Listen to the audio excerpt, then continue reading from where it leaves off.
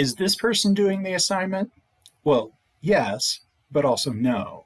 Don't get me wrong, these look great, but what we want to do is see how formal changes are going to communicate.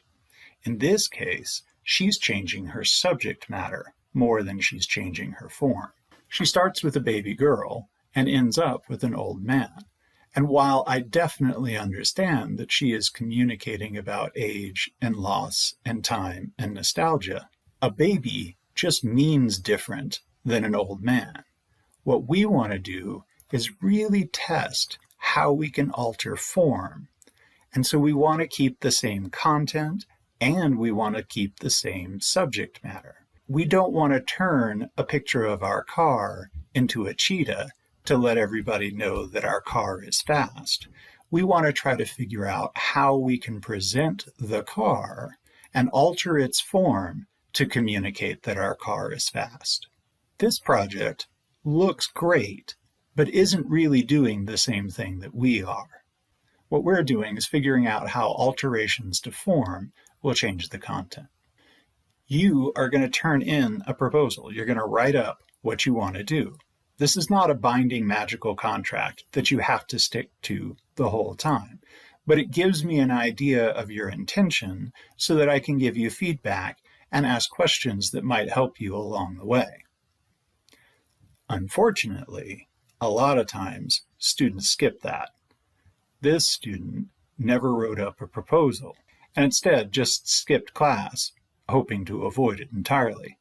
She shows up and starts painting, hiding in the corner, thinking that I won't notice. What you doing? Oh, I'm painting cranes. Yeah, I can see that. Why? Well, for the final project. Yeah, I kind of figured that you were going to be working on the final project, but why cranes?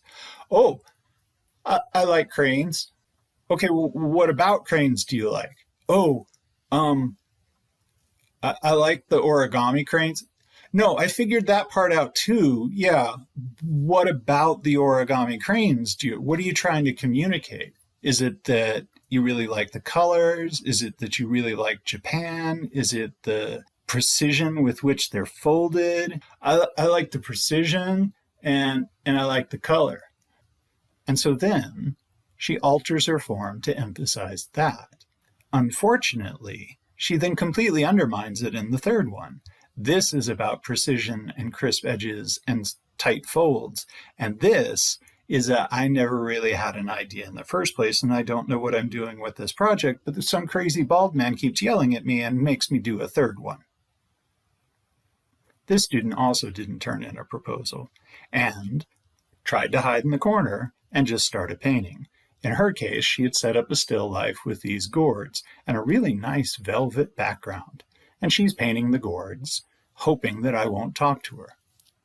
Dun, dun, dun, dun. Hey, what you doing? I'm painting gourds. Yeah, I know. Why are you painting gourds? What is the point? And then she tells me this interesting story. What was cool about the gourds wasn't just the gourds, though sure, they look kind of neat. What she actually remembers when she looks at the gourds is the trip to the farmer's market. And who is at the farmer's market? Well, yeah, farmers. Aging hippie farmers that make everything organic. And so she talks about how she went and hung out with the old hippies at the farmer's market and how everybody was really cool. And there was this one guy in particular that was selling gourds. And she wound up buying gourds not because she had anything to do with gourds, but just because she wanted to support that one guy. Because when you're all there at the farmer's market together, you're like all hanging out, man. And you're like all together and like, we all live in a Gordy submarine. A Gordy submarine. Yeah, you should take an extra gourd. That's okay. You should have one. And would you like a brownie? No, that's okay. Well, that's fine. Because like if you look at those gourds, man, they really tell you everything you need to know about the universe and how, like, they're made out of stars and I'm made out of stars and we're all just kind of made out of stars, and one day we'll flow together and everything will be great because we hung out at the farmer's market. Man. Yeah. Your content doesn't necessarily have to be content with a capital C. We study a lot of art that is amazing and profound, and that's important. But sometimes content is straightforward. Sometimes content is, when I play my guitar, I get lost in the music. Sometimes content is, I went out with my friends and an ambulance went by and it broke the night. So come up with an idea, and then you're going to have to come up with everything that you need. So one thing that we want to do is to think a little bit about gathering our sources. You want to have something to look at that gives you lots of information. So if you can work from direct observation, that'd be great. But unfortunately, that elephant you want to paint is probably not going to hold still for you, and it's definitely not going to fit inside your apartment. So you're probably going to need to work from photographs. If you're going to work from photographs, the next best thing to do is to make your own. Take way too many. Force your roommate to dress up in a frilly costume and jump in the pool at the rec center so that you can take your Ophelia pictures.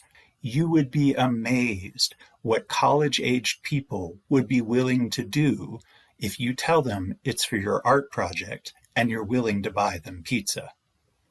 If you can't take your own photograph, you can find things on Google, but make sure that you are looking for high-resolution images. So in your Google image search, click the Tools button and choose Large Files. While you're there, you might also choose files that aren't protected under copyright, where the artist is willing to let you modify their image to create your artwork.